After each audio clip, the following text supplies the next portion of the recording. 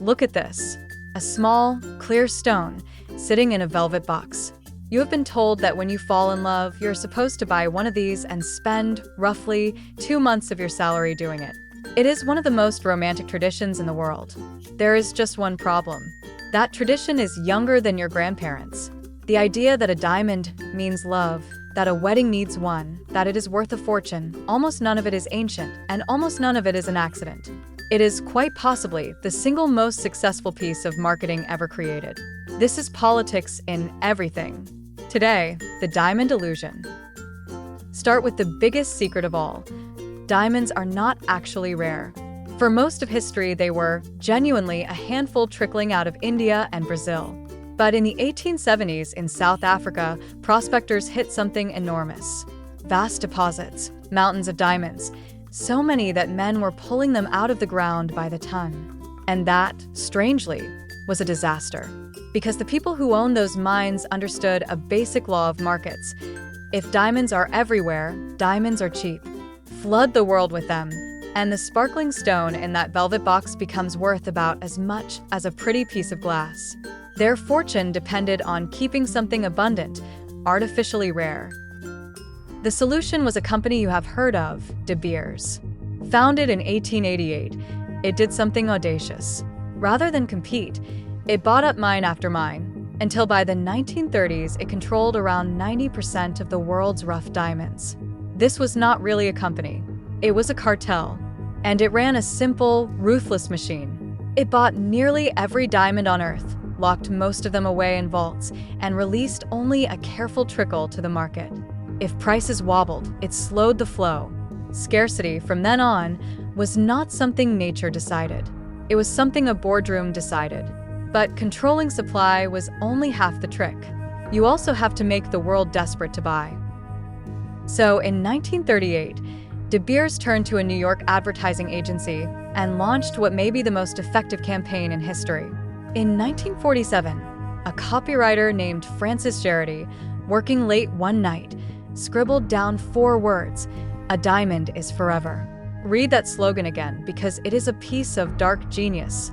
Forever means you keep it. You never sell it. And if no one ever resells their diamond, then millions of old diamonds never flood back onto the market, which keeps them rare and keeps De Beers in control. The line sold love and quietly protected the monopoly at the very same time. It worked beyond anyone's dreams. Between 1939 and 1979, American diamond sales went from $23 million to over $2 billion. And then they went further and invented the rules of romance itself. There was no ancient custom that an engagement required a diamond ring. So, De Beers manufactured one. It placed diamonds on Hollywood stars and wrote them into film scripts. It sent lecturers into high schools to talk to teenage girls about the ring and their future. And it planted a now famous guideline that a man should spend 2 months' salary on the ring, a number with no basis in anything except making you spend more. Within a single generation, a tradition that a company had invented felt thousands of years old. That is the real magic trick. Not selling a stone, but selling a story so completely that you forget anyone was selling at all. But the empire had a darkness underneath it. In the 1990s, in places like Sierra Leone and Angola, brutal civil wars were partly funded by diamonds, mined in war zones and sold to buy weapons. The world came to call them blood diamonds or conflict diamonds. The outcry led, in 2003, to the Kimberley Process, a global scheme to certify that a diamond was conflict-free. It was a real step forward. But critics have long argued that its definition is narrow, its loopholes wide, and that a clean certificate does not always mean clean hands. The stone that symbolized love had, for some, a very different meaning at its source. And now, after nearly a century, the illusion is meeting the one enemy it cannot buy, bury, or outmarket: physics. Because we can now grow diamonds in a laboratory, not fakes, not imitations. Real diamonds, the exact same carbon crystal, chemically, physically, and optically identical, so alike that even experts need special machines to tell them apart. The only difference is that one took 1 billion years and a mine, and the other took a few weeks in a factory. Everything De Beers spent a century building rested on one single idea, that this was scarce. And you cannot keep something scarce once anyone, anywhere, can grow it. What happened next was brutal.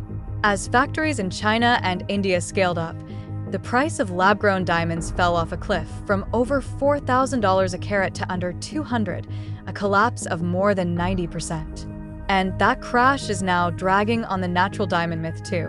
De Beers, the company that once simply was the diamond market, has been battered. Its owner, Anglo-American, has written down its value by billions of dollars and has been trying to sell the business off entirely. The vaults, the slogan, the century of control, all of it running into one simple fact.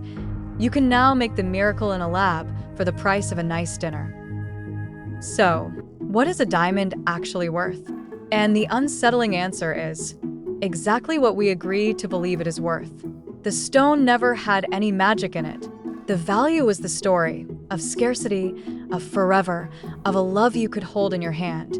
And that story was written deliberately by the people selling the stone. This channel keeps finding the very same thing in tickets and hype and things you thought you owned, that price and value are not the same, and that a great deal of what feels natural was, in fact, sold to you.